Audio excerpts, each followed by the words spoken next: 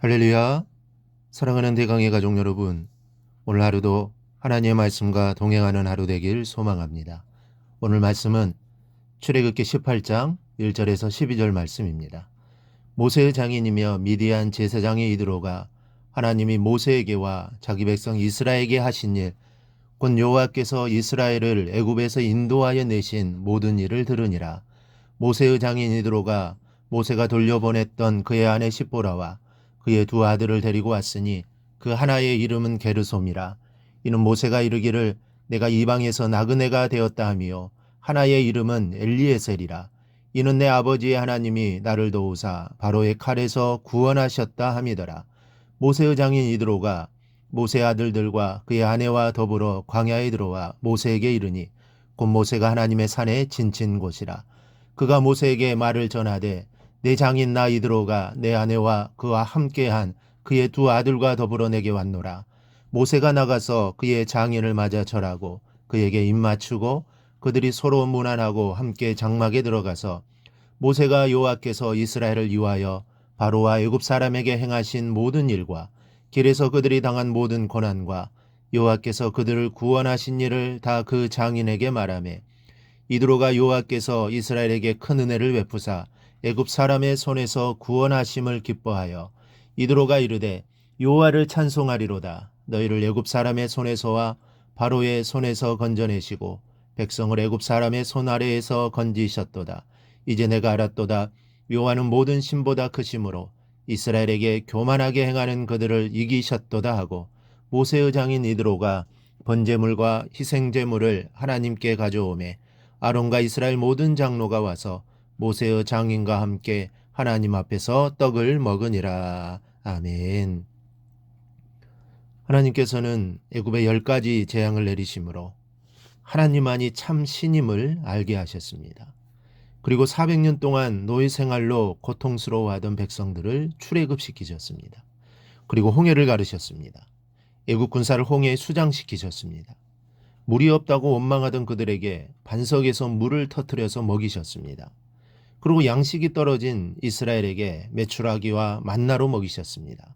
그런데 이 사실은 소문을 타고 온 땅에 퍼져나가게 됩니다. 1절을 보니 모세의 장인이며 미디안 제사장인 이드로가 하나님이 모세에게와 자기 백성 이스라엘에게 하신 일, 곧 여호와께서 이스라엘을 애굽에서 인도하여 내신 모든 일을 들으니라. 하나님의 역사가 어떠했다는 것을 온 세계가 다 알게 되었습니다. 이 소식을 들은 이드로는 모세의 처인 십보라와 두 아들 게르솜과 엘리에셀을 데리고 모세를 찾아갑니다. 드디어 모세는 그리운 가족과 상봉하게 됩니다. 그런데 모세는 장인에게 하나님을 전하였습니다. 8절을 보니 모세가 여호와께서 이스라엘을 위하여 바로와 애굽 사람에게 행하신 모든 일과 길에서 그들이 당한 모든 고난과 여호와께서 그들을 구원하신 일을 다 그 장인에게 말하매 그랬습니다. 모세는 그동안 겪었던 신앙 체험을 모두 이야기해 주었습니다. 하나님이 이스라엘을 얼마나 사랑하셨으며 어떻게 우리를 구원해 주셨는가에 대해 들려주었습니다.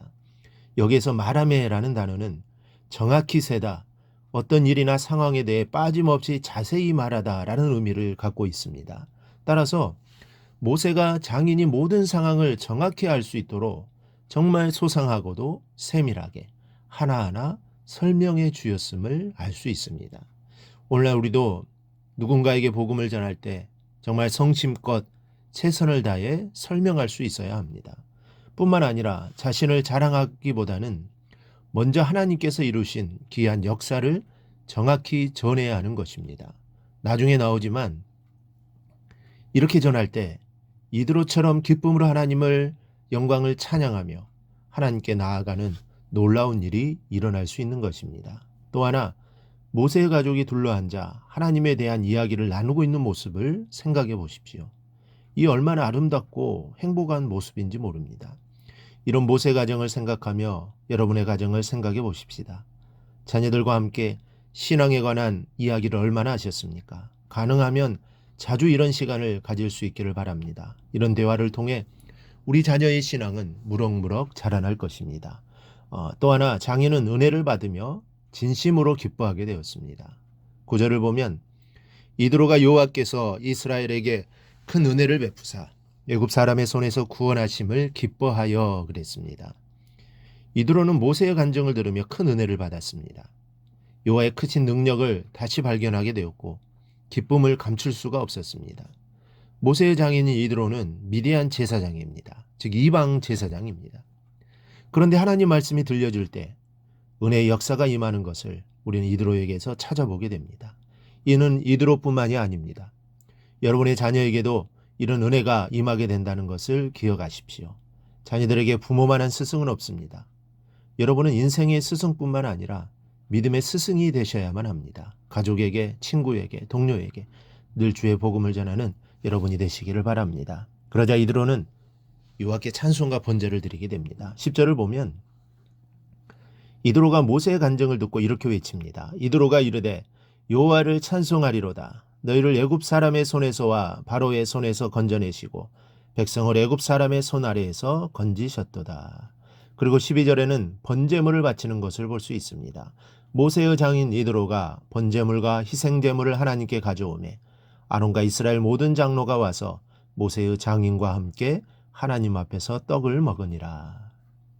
이드로는 비록 제사장이긴 하였으나 이방인이었습니다. 그러나 그는 모세로 말미암아 큰 은혜를 받고 하나님께 찬송과 번제를 드리는 사람이 되었습니다. 그뿐이 아닙니다.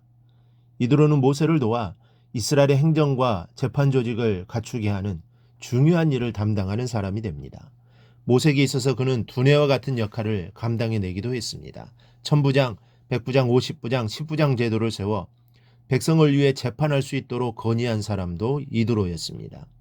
저는 모세가 장인 어른과 함께 여호와에 대한 이야기를 나누었다는 것이 인상에 남았습니다. 오늘 이후 여러분도 자녀와 함께 믿음에 관한 이야기를 나눌 수 있기를 바랍니다. 장인 어른에게도 복음을 전해주고 시어르신에게도 복음을 전해주십시오.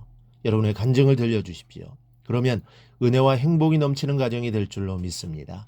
이러한 은혜가 모든 성도들의 가정에 임하기를 주님의 이름으로 축복합니다.